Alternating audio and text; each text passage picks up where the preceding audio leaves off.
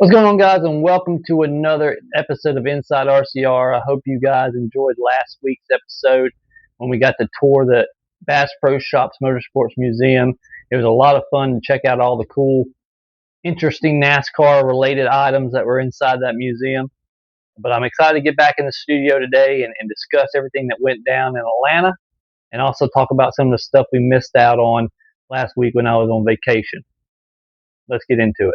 First thing I want to talk about is something that I didn't get to talk about last week, and that was the SVG Austin Hill incident at Chicagoland.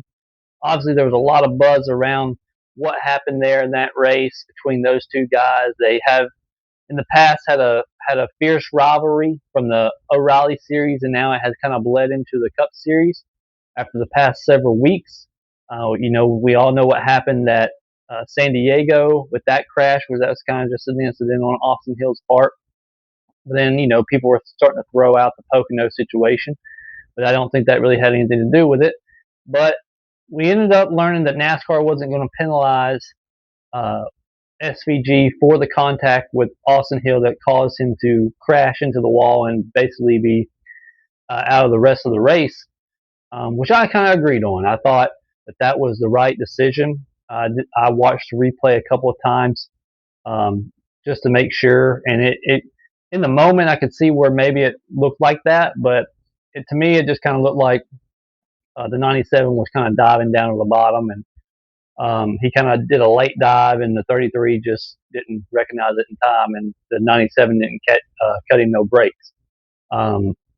They met with NASCAR over the weekend.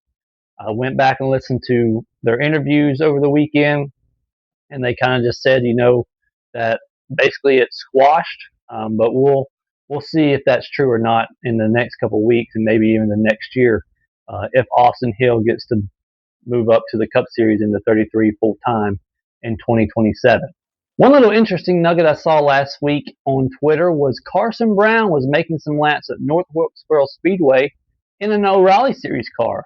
Now, that would lead me to believe that was an RCR car that he was making laps in, because he is an RCR development driver, and he's been linked to the number 2 in 2027. Now, he also, I seen today, has turned 18 years old, which means there's no age restriction on him for the rest of the ARCA Menard series. Now, it makes me wonder if he's going to run some more mile and a half or start running some mile and a half races to get him prepared for 2027 in the O'Reilly series. That will be something we'll have to keep an eye on. He did have a really good, strong weekend at Lime Rock this past weekend in the ARCA Menard series. He started on the pole and ended up finishing third. Another nugget is that he was sponsored by Whelen, and Whelen sponsors the number 2 O'Reilly Series car. Now, obviously, we know that Whelen is kind of a big thing up in the Northeast. That's where Lime Rock Raceway Park is, if you didn't know. And also, they have I think that's where their manufacturing place is. I have a buddy that works there. Shout out Patrick O'Toole. Y'all probably know who he is. But, it's something to keep an eye on.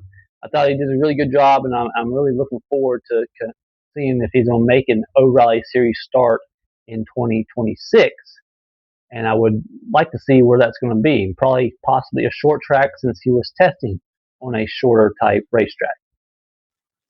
Another interesting thing I saw swirling around the Twitterverse this past week was Chandler Smith's name is now in the running for one of the RCR O'Reilly Series cars in 2027. We know he's doing a really good job in the Truck Series. He has a ton of experience down there. He also has some experience in the O'Reilly Series previously with Joe Gibbs and I believe even Colleague Racing in the past. So that is something to keep an eye on. We know that the 2 is open, possibly the 21 is open. Chandler Smith, I think, would be a decent fit at RCR. He's kind of got that bad boy reputation a little bit around him, and he's kind of got a good fan base, I believe. And I think he would fit well with the blue collar side of RCR. But hopefully, we'll be hearing more about what's going to happen in 2027 real soon, especially pertaining to O'Reilly Series. Speaking of the O'Reilly Series, they were racing this past weekend at Atlanta Motor Speedway, a place where they've always been really strong, especially Austin Hill, who was going in to hopefully get his 6th win at the racetrack, his 6th win in the series, by the way, as well, driving for RCR at Atlanta.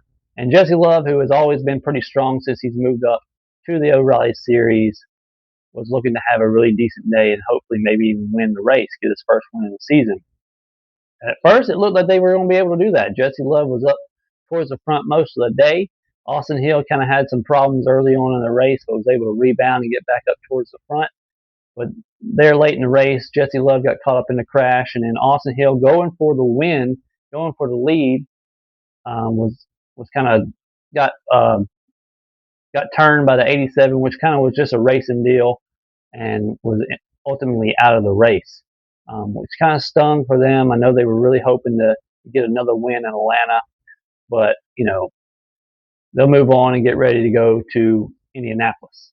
All right, let's jump into the Cup Series now. This past weekend, they were also at Atlanta. This was a track that I was really looking forward to for RCR as a whole, but also mainly for Austin Hill. I was really hoping that he was going to be able to bring the success that he's had in the O'Reilly Series over to the Cup car this past weekend, because I felt like Atlanta was going to be the strongest super speedway type race for Austin Hill, because I feel like the racing at Atlanta better suits the driving style and the kind of skill set that Austin Hill brings to the super speedways. The other, Daytona and Talladega, is basically just stay in line and hope you finally end up in the front.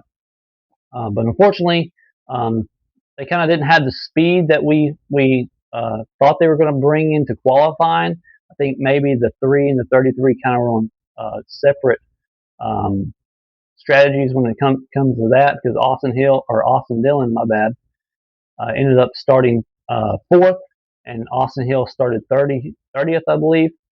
But then as the race started, we kind of saw a hybrid type race between an intermediate style racing and a super speedway style racing. Austin Hill was quick to go to the front. He started 30th and ended up getting into the top 10 within 15 laps. But then after a while, the handling started going away on this 33 Chevy, and kind of the field got strung out there in the first stage. I thought that was really interesting to see. I didn't expect that. I know a lot of people are saying the track is starting to wear, and that's really starting to show with the way the racing is at Atlanta. And I think it was kind of exciting, especially in stage 2. I thought stage 2 was pretty exciting. It wasn't as strung out as stage 1 was. Austin Dillon was up towards the front. I think he got some stage points in stage 1, but then in stage 2 kind of fell back.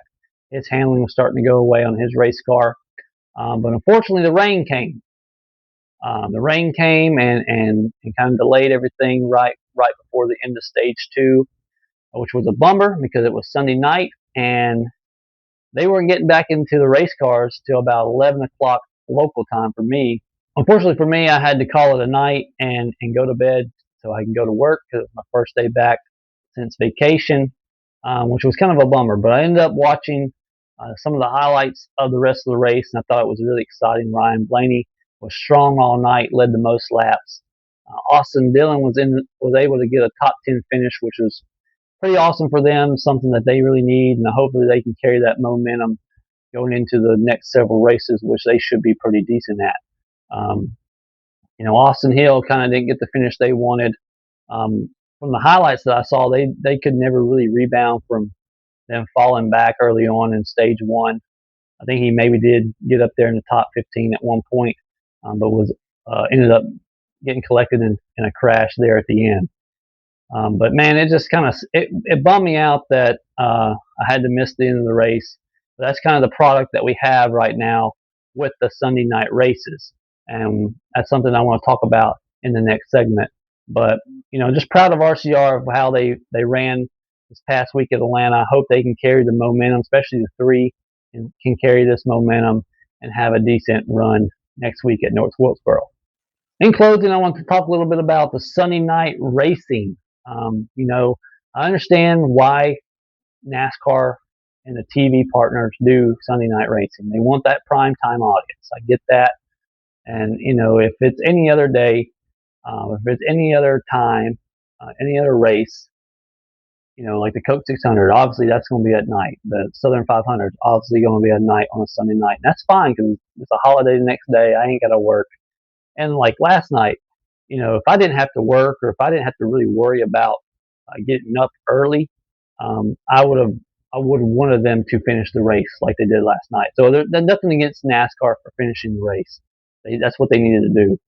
But I wish we can go back to when I was a kid, when we had Saturday night races. We had a ton of them, or I felt like a ton for me as a kid. But now we only have like what, one or two. And for me, and I know people are going to say, well, what about Sunday night football? What about Monday night football? That's all great, but most of the time they can play in the rain. Most of the time, the football teams can play in the rain. NASCAR, they can't race in the rain, not on the oval at least. And when the race don't start till 7 o'clock Eastern time, and then you get a delay either at the beginning, like in Nashville a couple weeks ago, where there's like an hour delay, and the race don't end till 11. Well, that sucks for me because I'm gonna miss out on sleep and be a, a cranky old forklift driver at work the next day. And I don't want to do that, especially with the people I got to work with, right? So, I don't know. What do you guys think? Let me know in the comments what you guys think NASCAR should do when it comes to Saturday or Sunday night races. Should they put them back on Saturday night, or should they just keep it like it is? But thank you guys for watching. I know this kind of probably wasn't the best episode. I'm really, really tired after a long week traveling last week, but I'm looking forward to North Wilkesboro, and I hope you guys are too. And hopefully RCR can carry on this momentum. But thank you guys for watching.